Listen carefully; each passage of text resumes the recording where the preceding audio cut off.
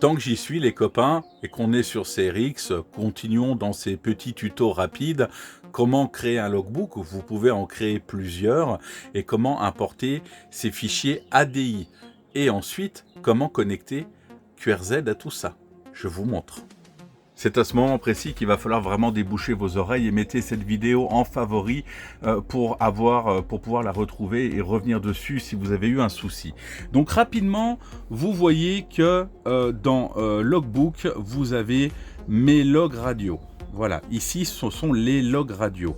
Votre log radio, si vous cliquez sur mes logs radio, vous allez y retrouver votre log ici. Première chose, ce qu'on va faire, on va simplement relier qrz.com. Ça va permettre, lorsque vous loguez un QSO, de voir l'image et d'avoir toutes les informations de localisation de votre contact. Mais ça va permettre, une fois que vous validez votre QSO, en plus de le mettre sur les serveurs de CRX, d'aller renseigner votre qrz.com pour pouvoir aller, dans le futur, aller chercher vos confirmations. Donc, pour aller mettre QRZ, vous allez cliquer sur la petite enveloppe correspondant à votre logbook. Si vous avez plusieurs logbooks, mettez ce logbook en favori, bien entendu, en prioritaire. Comme ça, quand vous allez aller sur le logbook, vous irez bien sur le logbook d'LSL et pas celui de mon Radio Club, par exemple. Et ici, vous avez Web Service Synchronisation.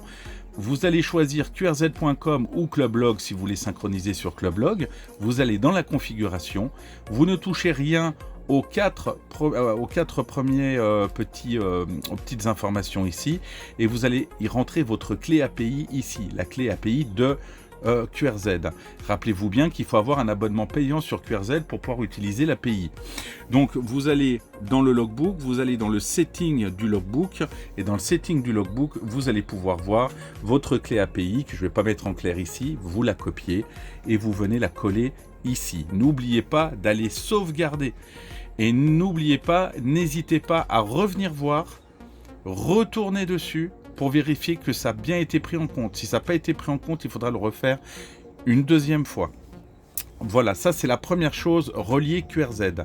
Ensuite, c'est bien d'avoir un logbook, mais le logbook de QRZ du coup va être vide et celui de pas de QRZ, de CRX va être vide et celui de QRZ va être plein. Je m'embrouille un petit peu.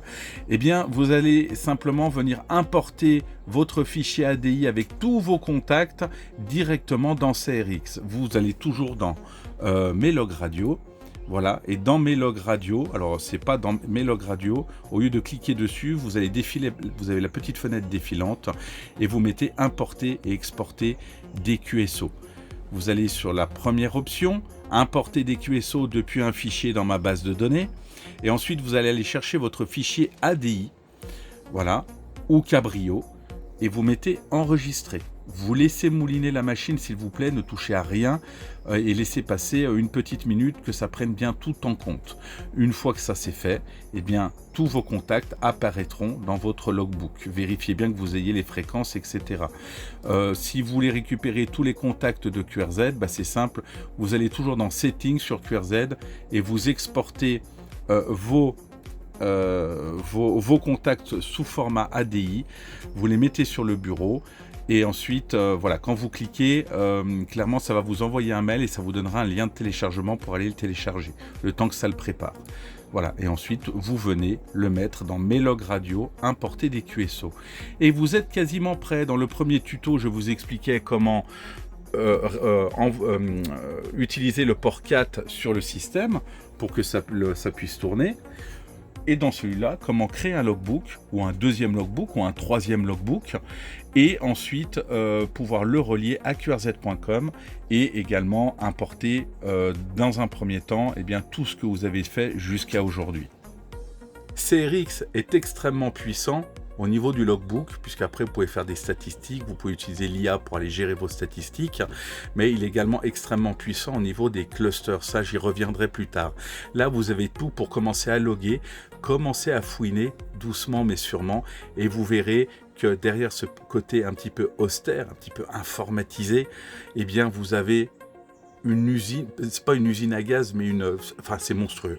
C'est monstrueux. J'adore ce truc-là. Comme je dis toujours, j'ai rien à y gagner parce qu'il est totalement gratuit, donc profitez-en.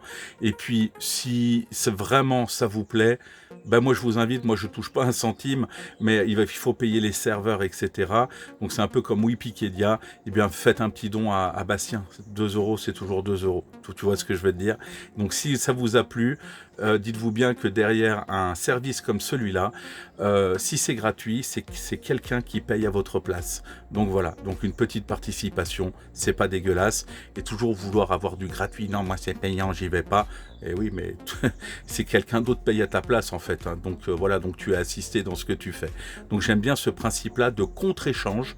Et moi, mon contre-échange, c'est effectivement d'avoir donné une bricole à Bastien, parce que c'est une bricole, et d'en faire la promotion de son système.